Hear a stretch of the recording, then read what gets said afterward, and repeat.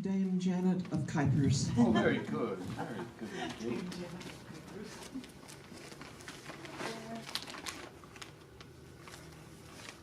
Hello. I was going to read 3 from another book, but because Thanksgiving is coming up and everybody's talking about eating turkey, Yeah. this vegetarian thought I would do the last 2 poems that appear in the book in depth.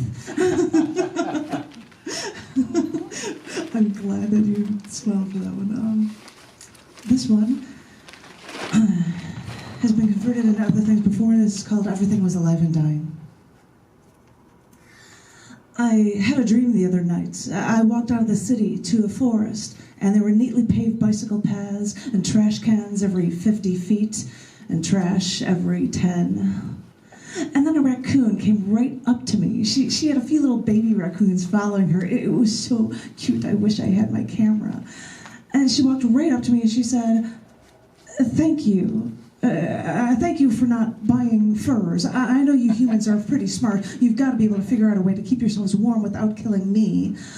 And I said, "You know they don't do it for warmth. They do it for fashion. They do it for power."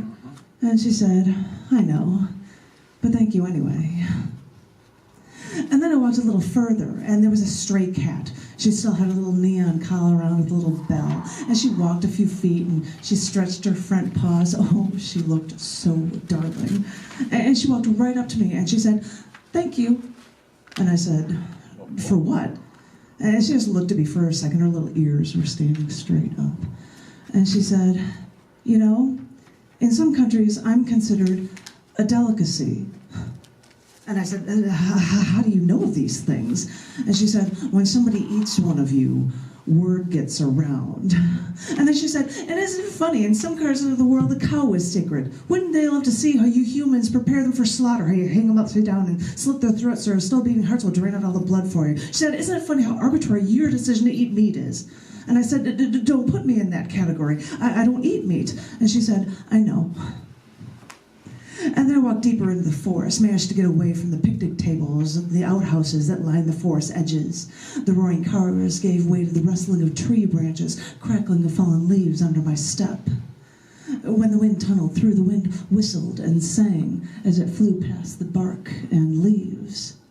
I walked, listened to the crack of dead branches under my step, and I felt a branch against my shoulder, and I looked up and I could hear the trees speak to me. And they said, "Thank you for letting the endangered animals live here amongst us. We do think they're so pretty, and it would be a shame to see them go. And thank you for recycling paper, because you're saving us for just a little while longer.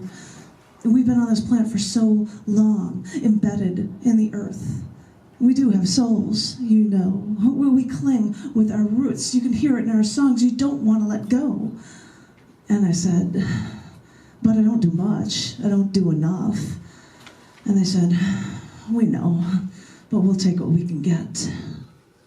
And then I woke up in a sweat.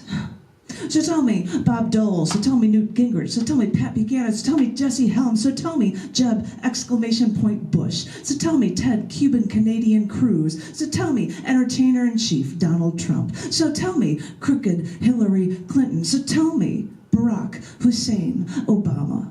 If you woke up from that dream, would you be in a sweat too? Do you even know why we should save the rainforest? Oh, preserve the delicate balance. Just tear the whole forest down. What difference does it make? Put in some orange groves so our concentrated orange juice can be a little cheaper.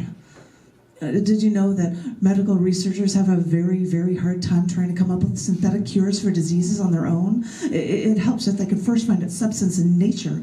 And a tree that appears in the rainforest may be the only one of its species with a potential cure, or one like it may be 2 miles away instead of right next to it.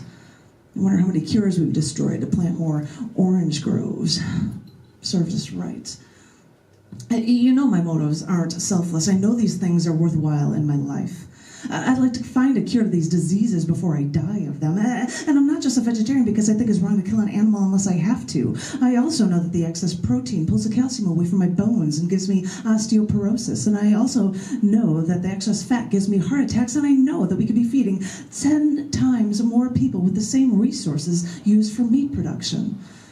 You know, I know you're looking at me and calling me an extremist, but I'm sitting here looking around me, looking in all the destruction caused by family values and thinking that the right, moral, non-violent decisions are also those extreme ones.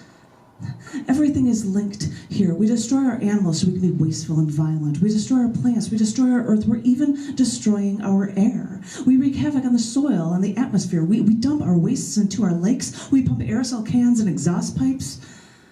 And you tell me I'm extreme? And these animals and these forests are calling out to me. The oceans, the wind. And I'm beginning to think that we just keep doing it because we don't know how to stop. And deep inside we feel the pain of all that we've killed, and we try to control it by popping a chemical-filled painkiller. And we live through the guilt by taking caffeine, nicotine, morphine. We keep ourselves thin with saccharin, and we keep ourselves sane with our alcohol poisoning. And when that's not enough, maybe a line of Coke.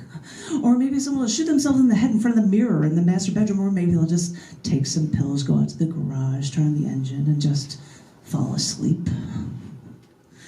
In the wild, you have no power over anyone else. Now that we're civilized, we create our own wild.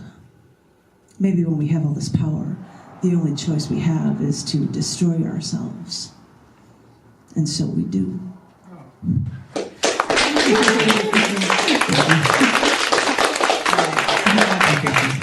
And I have to end on this final one to us is talking about the vegetarian stuff. And it's called On a High Horse Like This. And it's not as long as the other one. I listened to a hunter from Africa say, all life is sacred. And he said that after separating a small, thin, non-venomous snake from around a large African hawk-like bird's neck.